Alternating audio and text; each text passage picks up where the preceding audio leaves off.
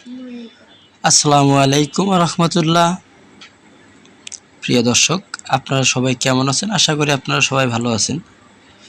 এমপিওভুক্ত শিক্ষক কর্মচারীদের বিশেষ সুবিধা নিয়ে নির্দেশনা মাউসির কে কত টাকা পাবেন এই নিয়ে থাকছে বিস্তারিত।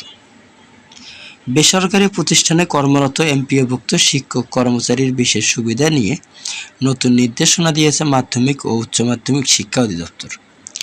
এতে বলা হয়েছে কোন গ্রেডের শিক্ষকেরা বিশেষ সুবিধা পাবেন বা বিশেষ সুবিধা বাবদ কত শতাংশ হারে টাকা পাবেন তা জানানো হয়েছে।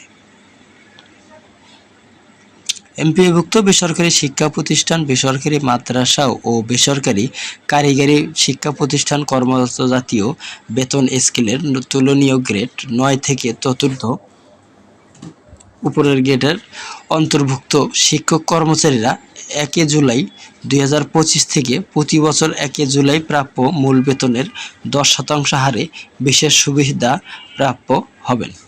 এছাড়া 10 থেকে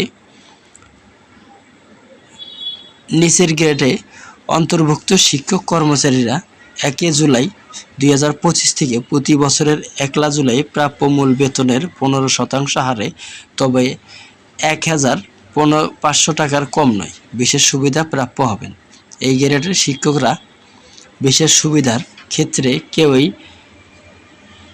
1500 টাকার নিচে পাবেন না।